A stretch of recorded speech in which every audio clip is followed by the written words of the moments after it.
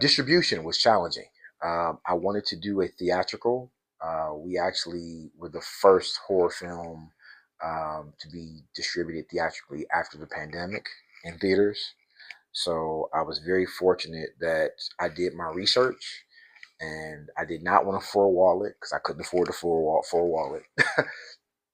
I found a distribution company that had done theatricals in certain markets in the Midwest, the East Coast, West Coast, places of that nature. What I had to pay for as a production company was the DCPs, the digital movie prints. So that ran us about 500 a piece. So it was figuring out, how many theaters I could afford to put the movie into under the distribution agreement. I got very fortunate. I found this amazing company, Atlas, that was able to do a percentage ticket deal with me. So I didn't have to pay them up front. We just did a straight, a percentage split off of tickets. The theaters get the tickets for a certain amount of time frame, and then we got some, and they got a percentage. So it was like almost a three-way split in regards to ticket sales. Um, they did an amazing job, but I flew to where the film was being shown and went to each of the theaters to make sure that they had the artwork up. I met with the distributor. I met with the theater owners, and I have to admit the experience was very upsetting because I wasn't a big production company. I wasn't Warner Brothers or Universal or somebody like that. I was literally an independent filmmaker. They didn't really take it top priority in certain theaters. So I would get there 2 days before the film was supposed to come out, and the poster art is in a box someplace, like where they keep the popcorn.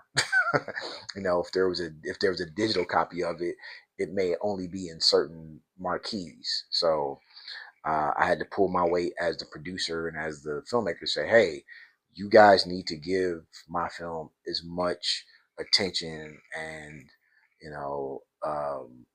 support as you would these huge blockbuster films, because it was very discouraging to go there and see that some of the theaters themselves weren't being supported.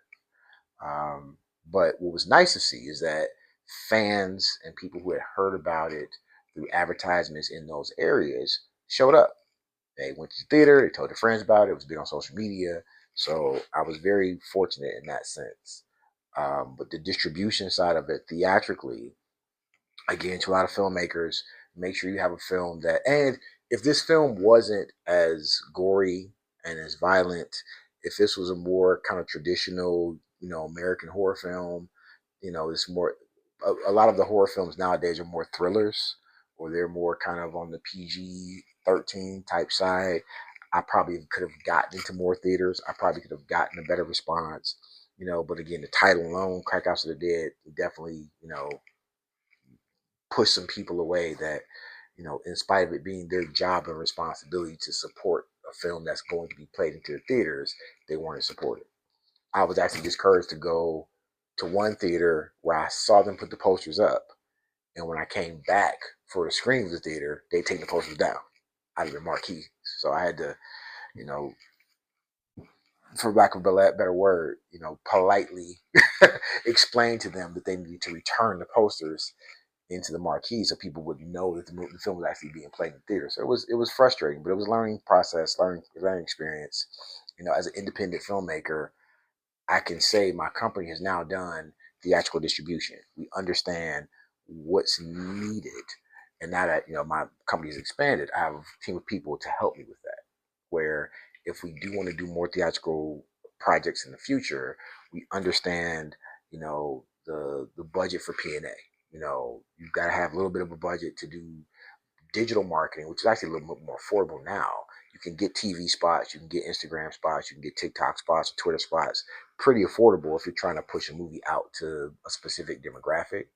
You can do a nice budget campaign for 200 or 300 bucks. The artwork and the prints for the for the poster art, the artwork, was created. It's probably about anywhere between $200 and $300 to have the artwork created, and then getting the prints done. We had a small run of about 100 posters printed out that are front and back and have the name of it and the R rating and everybody's titles. I wanted to make sure that all the artists, all the actors had their names, in the marquee of the key art as well, because they're all amazing actors in their own right, and I wanted to make sure they were acknowledged that way.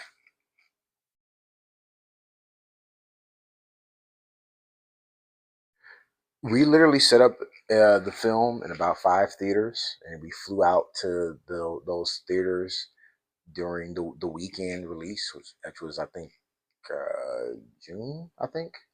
I can't remember when the release date was of my movie, but we did a nice little theatrical release. I went to the theaters, met people, took pictures, a lot of social media posts.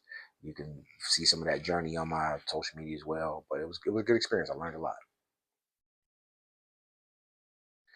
One of the most challenging things about putting it in theaters was finding the right distributor.